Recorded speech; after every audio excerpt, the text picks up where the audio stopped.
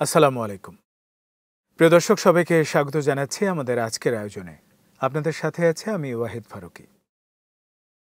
দীর্ঘ এক দশকেরও বেশি সময় ধরে রক্তক্ষয়ী গৃহযুদ্ধ, আন্তর্জাতিক নিষেধাজ্ঞা, অভ্যন্তরীণ বিভাজন এবং বৈদেশিক হস্তক্ষেপের মধ্য দিয়ে সিরিয়া আজ এমন এক নতুন অধ্যায়ে প্রবেশ করেছে যেখানে পুরনো ইতিহাস ও নতুন বাস্তবতা পরস্পরের সঙ্গে মিশে এক জটিল কূটনৈতিক দৃশ্যপট তৈরি করেছে। 2024 সালের ডিসেম্বরে দামেস্কের সাবেক বিদ্রোহী নেতা আহমদ আল শারার নেতৃত্বে যে পরিবর্তন সংঘটিত হয় তা শুধু সিরিয়ার রাজনৈতিক ইতিহাসে নয়, বরং গোটা মধ্যপ্রাচ্যের ক্ষমতার ভারসাম্যকে নাড়িয়ে দিয়েছে। দীর্ঘ 13 বছরের গৃহযুদ্ধ শেষে বাশার আল আসাদের পতন, নতুন সরকারের উত্থান এমন এক সময় এসেছে যখন রাশিয়া এখনও সিরিয়ার রাজনৈতিক ও সামরিক অঙ্গনে সবচেয়ে প্রভাবশালী বিদেশি শক্তি। এই প্রেক্ষাপটে আল শারার মস্কো সফর এবং প্রেসিডেন্ট ভ্লাদিমির পুতিনের সঙ্গে বৈঠক বিশেষভাবে তাৎপর্যপূর্ণ। তিনি ঘোষণা দেন যে সিরিয়ার সঙ্গে ঐতিহাসিক ও কৌশলগত সম্পর্ক পুনরুদ্ধার করতে চান। তার এই বার্তা একদিকে পুরনো বন্ধুত্বের স্বীকৃতি, অন্যদিকে নতুন বাস্তবতার প্রতি কূটনৈতিক নমনীয়তা প্রদর্শন করে। কিন্তু এই সম্পর্কের পুনর্গঠন নিছক রাজনৈতিক আনুষ্ঠানিকতা নয়, এর পেছনে রয়েছে গভীর অর্থনৈতিক নির্ভরতা, সামরিক ভারসাম্য এবং আন্তর্জাতিক স্বার্থের জটিল হিসেব। সিরিয়া ও রাশিয়ার সম্পর্কের শেকড় বহু পুরনো।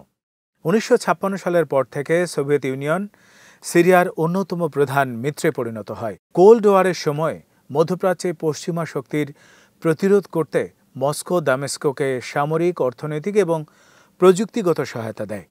1970 সালে হাফিজ আল আসাদ ক্ষমতায় আসার পর সিরিয়া ও সোভিয়েত ইউনিয়নের সম্পর্ক আরও মজবুত হয়। দামেস্কে রুশ অস্ত্র প্রশিক্ষক ও সামরিক উপদেষ্টাদের উপস্থিতি তখন স্বাভাবিক বিষয় হয়ে দাঁড়ায়।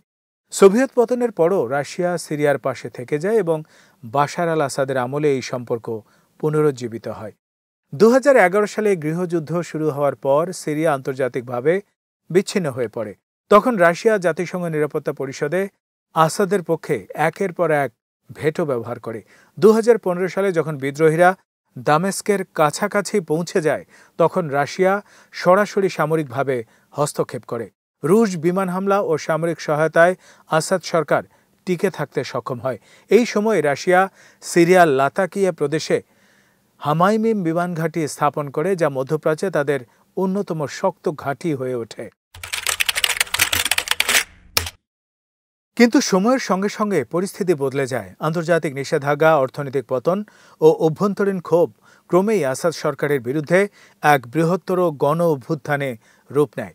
বিদ্রোহী গোষ্ঠীগুলোর মধ্য থেকে উদিত আহমদ আল শারা এক নতুন রাজনৈতিক মুখ হিসেবে উঠে আসেন। তিনি শুধু সামরিক সাফল্য অর্জন করেননি, বরং বিভিন্ন গোষ্ঠী ও উপজাতিকে ঐক্যবদ্ধ করে জাতীয় মুক্তি আন্দোলনের নেতৃত্ব দেন। 2024 সালের ডিসেম্বর মাসে দামেস্কে প্রবল লড়াইয়ের পর তার বাহিনী রাজধানী দখল করে এবং বাশার আল আসাদ দেশ ছেড়ে পালিয়ে যান। আল শারার নেতৃত্বে নতুন সরকার গঠিত হওয়ার পরই সিরিয়ার সামনে আসে এক বিশাল চ্যালেঞ্জ। পুরনো বৈরিতার ছায়া কাটিয়ে আন্তর্জাতিক সম্পর্ক পুনর্গঠন। বিশেষত রাশিয়ার সঙ্গে সম্পর্ক ছিল সবচেয়ে স্পর্শকাতর, কারণ একদিকে রাশিয়া আসাদের দীর্ঘদিনের মিত্র, অন্যদিকে নতুন দামেস্ক সরকারের স্থিতিশীলতা নির্ভর করে রাশিয়ার সামরিক ও প্রযুক্তিগত সহায়তার উপর। 2025 সালের অক্টোবরে আহমদ আল শারা মস্কো সফরে যান এবং প্রেসিডেন্ট পুতিনের সঙ্গে যৌথ সংবাদ সম্মেলনে বলেন, আমরা রাশিয়ার সঙ্গে অতীতের মহান ইতিহাসকে সম্মান করি এবং এই সম্পর্কের স্বাভাবিক অবস্থায় ফিরে যাওয়ার চেষ্টা করছি। তিনি আরও উল্লেখ করেন, সিরিয়ার জ্বালানি খাতের একটি বড় অংশ এখনও রুশ প্রযুক্তি ও বিশেষজ্ঞদের উপর নির্ভরশীল। এই বক্তব্যে দুটো বিষয় স্পষ্ট। প্রথমত, নতুন সরকার রাশিয়ার সঙ্গে সম্পর্ক ছিন্ন করার কোনো ঝুঁকি নিতে চায় না। দ্বিতীয়ত, তারা মস্কোর উপর নির্ভরতা বজায় রেখে আন্তর্জাতিক পরিসরে নিজেদের গ্রহণযোগ্যতা বাড়াতে চায়। পুতিনও তার বক্তব্যে সিরিয়ার নতুন সরকারের প্রশংসা করেন এবং বলেন, রাশিয়া সর্বদা সিরিয়ার জনগণের পাশে থাকবে।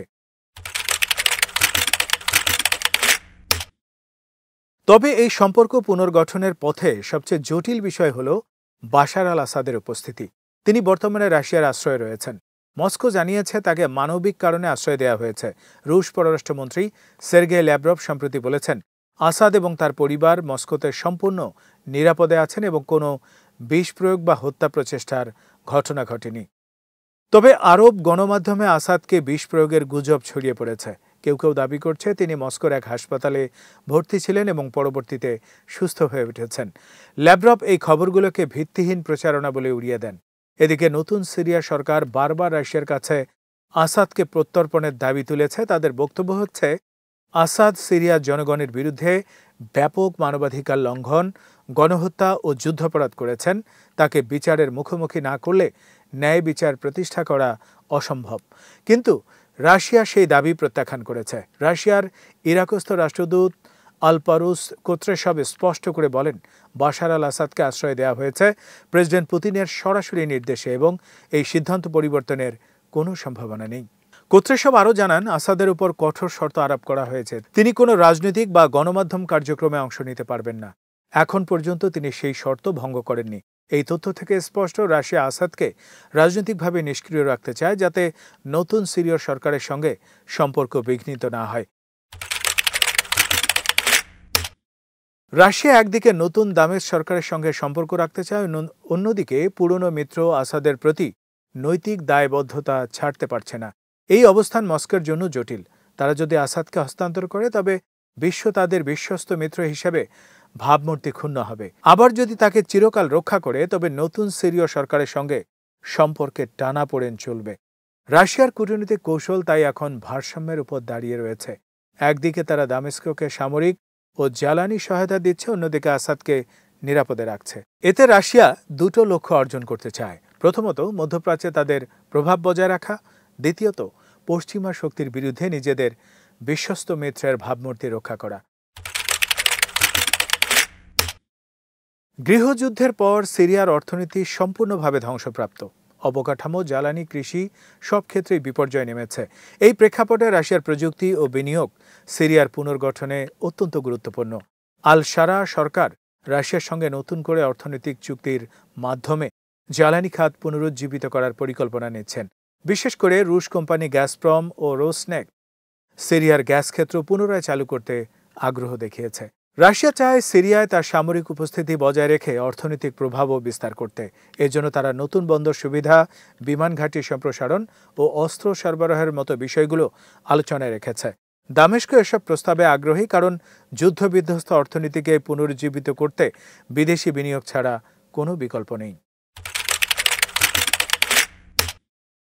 সিরিয়া রাশিয়ার সম্পর্ক কেবল দ্বিপাক্ষিক নয়, এটি আঞ্চলিক রাজনীতির সঙ্গে গভীরভাবে যুক্ত।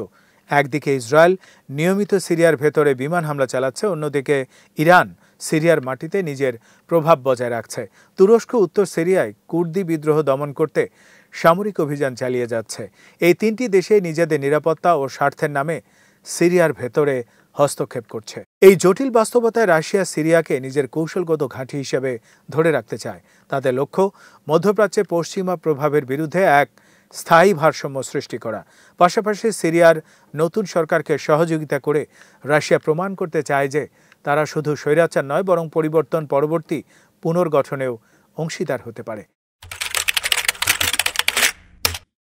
পশ্চিমা বিশ্ব এখনও সিরিয়ার নতুন সরকারকে পুরোপুরি স্বীকৃতি দেয়নি। যুক্তরাষ্ট্র ও ইউরোপীয় ইউনিয়ন এখনও ট্রানজিশনাল গভর্নমেন্ট হিসেবে বিবেচনা করছে, যাতে মানবাধিকার ও গণতন্ত্রের নিশ্চয়তা থাকে। কিন্তু বাস্তবতা হলো, পশ্চিমা শক্তিগুলো সিরিয়ার যুদ্ধকালীন ভুল মূল্যায়নের দায় এড়াতে চাইছে। তারা একসময় আসাদ বিরোধী গোষ্ঠীকে সমর্থন করলেও পরবর্তীতে সন্ত্রাসবাদের শঙ্কায় সেই অবস্থান থেকে সরে আসে। রাশিয়া এই ফাঁকটি কাজে লাগিয়েছে। তারা বলছে, পশ্চিমাদের মতো পরিবর্তন নয়, তারা আস্থাশীলতা চায়। আর এই স্থিতিশীলতার প্রতীক এখন আহমেদ আল শারা। যুদ্ধোত্তর সিরিয়ায় লাখ লাখ মানুষ বাস্তুচ্যুত, শতাধিক শহর ধ্বংসস্তূপে পরিণত হয়েছে এবং মানবিক সংকট এখনও তীব্র। এই বাস্তবতায় নতুন সরকার আন্তর্জাতিক সহায়তা চাইছে, কিন্তু আসাদ ইস্যু তাদের কূটনৈতিক অবস্থানকে জটিল করে তুলছে। জাতিসংঘ মানবাধিকার কাউন্সিল ও হেগ ভিত্তিক আন্তর্জাতিক অপরাধ আদালতে ইতিমধ্যে আসাদের বিরুদ্ধে তদন্ত শুরু করেছে, কিন্তু তাকে বিচারের মুখোমুখি করতে হলে রাশিয়ার সহযোগিতা অপরিহার্য। রাশিয়া যদিও প্রকাশ্যে এই প্রক্রিয়ার বিরোধিতা করেনি, তবে বাস্তবে তারা আসাদকে হস্তান্তর করতে রাজি নয়। এতে সিরিয়ার জনগণের একাংশের মধ্যে হতাশা তৈরি হচ্ছে। তাদের মতে ন্যায় বিচার ছাড়া পুনর্গঠন অসম্ভব। অন্যদিকে সরকার বলছে বর্তমানে স্থিতিশীলতা ও পুনর্গঠনেই অগ্রাধিকার। আল শারার নেতৃত্বে সিরিয়া এখন এক সংবেদনশীল ভারসাম্যের মধ্যে দাঁড়িয়ে আছে। একদিকে তাকে পুরনো শক্তিগুলোর সঙ্গে সম্পর্ক রাখতে হচ্ছে, অন্যদিকে নতুন আন্তর্জাতিক সহযোগিতা গড়তে হচ্ছে। রাশিয়ার সঙ্গে সম্পর্ক পুনর্গঠন এই প্রক্রিয়ার কেন্দ্রে। যদি এই সম্পর্ক ভারসাম্যপূর্ণভাবে পরিচালিত হয়, তবে সিরিয়া অর্থনৈতিক ও রাজনৈতিকভাবে দ্রুত পুনরুদ্ধার করতে পারবে। কিন্তু যদি আসাদ ইস্যু ঘিরে উত্তেজনা বাড়তেই থাকে, তবে সম্পর্ক ভেঙে পড়ার শঙ্কা রয়েছে। সিরিয়া রাশিয়া সম্পর্কের গল্প আজ ইতিহাস, বাস্তবতা এবং ভবিষ্যতের মিলনবিন্দু। একদিকে রয়েছে পুরনো কৌশলগত মিত্রতার স্মৃতি, অন্যদিকে নতুন রাজনৈতিক বাস্তবতার দাবি। আহমদ আল শারা সরকার এখন এই দুইয়ের মাঝে ভারসাম্য খুঁজছে। রাশিয়া চায় সিরিয়াকে ধরে রেখে মধ্যপ্রাচ্যে প্রভাব বজায় রাখতে, আর সিরিয়া চায় রাশিয়ার সহযোগিতায় নিজেদের পুনর্গঠন সম্পন্ন করতে। তবে বাশার আল আসাদ ইস্যু এই সম্পর্কের সবচেয়ে বড় পরীক্ষায় পরিণত হয়েছে। রাশিয়া তাকে আশ্রয় দিয়ে যেমন নিজেদের নৈতিক অবস্থান রক্ষা করছে, তেমনি নতুন দামেস্ক সরকারের সঙ্গে সম্পর্কের সূক্ষ্ম টানাপোড়েনও বজায় থাকছে। এই পরিস্থিতি কতটা দীর্ঘস্থায়ী হবে তা নির্ভর করছে উভয় পক্ষের কূটনৈতিক প্রজ্ঞা ও পারস্পরিক স্বার্থের ভারসাম্যের উপর। সংক্ষেপে বলা যায়, দামেস্ক আজ ইতিহাসের এক সংযোগ বিন্দুতে দাঁড়িয়ে, যেখানে অতীতের মিত্রতার ভার, নতুন রাষ্ট্রীয় বাস্তবতা, আন্তর্জাতিক ন্যায় বিচারের দাবি এবং আঞ্চলিক ক্ষমতার রাজনীতি একসঙ্গে মিলেমিশে গেছে। প্রেসিডেন্ট আহমদ আল শারার সবচেয়ে বড় চ্যালেঞ্জ হল রাশিয়ার সঙ্গে সম্পর্ক টিকিয়ে রেখে দেশকে পুনর্গঠনের পথে এগিয়ে নেওয়া, ন্যায় বিচারের দাবি পূরণ করা এবং যুদ্ধবিধ্বস্ত এক জাতিকে নতুন ভবিষ্যতের পথে দাঁড় করানো। আর রাশিয়ার জন্য এটি এক পরীক্ষা, তারা কি সত্যি মধ্যপ্রাচ্যে কেবল প্রভাবশালী শক্তি নয়, বরং দায়িত্বশীল মিত্র হিসেবে নিজেদের প্রমাণ করতে পারবে? ভবিষ্যতেই এর উত্তর দেবে। প্রিয় দর্শক, এরই সাথে শেষ করছি আমাদের আজকের আয়োজন। সবাই ভালো থাকুন, সুস্থ থাকুন আর নিরাপদে থাকুন। আল্লাহ হাফেজ।